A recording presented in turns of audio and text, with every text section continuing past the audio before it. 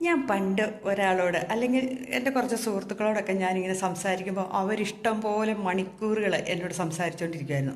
ഇന്ന് ഉദാഹരണമായിട്ട് നമ്മുടെ ഭർത്താവാണെങ്കിൽ തന്നെ എടുക്കുക, അല്ലെങ്കിൽ ഭാര്യയാണെങ്കിൽ തന്നെ എടുക്കുക. നമ്മളോട് ഇങ്ങനെ ഒത്തിരി നേരം സംസാരിച്ചുകൊണ്ടിരിക്കാനും ഒത്തിരി കാര്യങ്ങൾ പറയാനും ഒക്കെ സമയം ഉണ്ടായിരുന്നു കേട്ടോ. അപ്പം നമ്മൾ പറയും, "ഓ, ഇനി സമയം പോയിട്ട് നമുക്കിനി വെച്ചേക്കാം ഇല്ലേ" എന്നോർത്ത് ഫോൺ വെക്കും, അല്ലെങ്കിൽ നമുക്ക് പിന്നെ കാണാട്ടോ എന്നും പറഞ്ഞ് നമ്മളിങ്ങനെ തിരിച്ചു പോരുകയും ചെയ്യും. എന്നാൽ കാലം പോകെ പോകെ അവർക്ക് സമയമില്ലാതാകുന്നു. എങ്ങനെയാണെന്നറിയാവോ?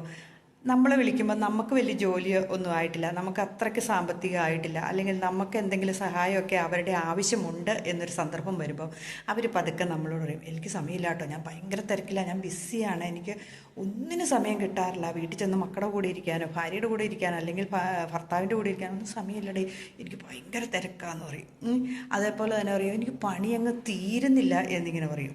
അതേപോലെ നമ്മൾ സംസാരിച്ചുകൊണ്ടിരിക്കുന്ന സമയത്ത് പറയും കേട്ടോ, "പാലടപ്പത്തിരിപ്പുണ്ട്" അല്ലെങ്കിൽ "എനിക്ക് ഇന്ന സ്ഥലത്ത് പോകാനുള്ള" എന്നും പറഞ്ഞ് നുണയും പറഞ്ഞ് വെക്കുകയും ചെയ്യും.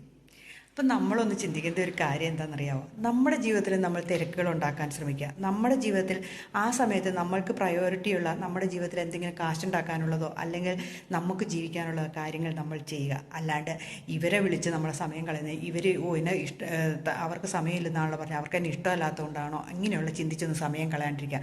നമ്മൾ നമ്മുടെ കാര്യങ്ങൾ നോക്കാൻ ശ്രമിക്കുക, അതാണ് വേണ്ടത്. അതിനു വേണ്ടിയിട്ട് അവരുടെ പുറകെ നടന്ന് സമയം കളയാതിരിക്കുക. ശരിയാണോ? നിങ്ങൾ ചിന്തിച്ച് നോക്കും.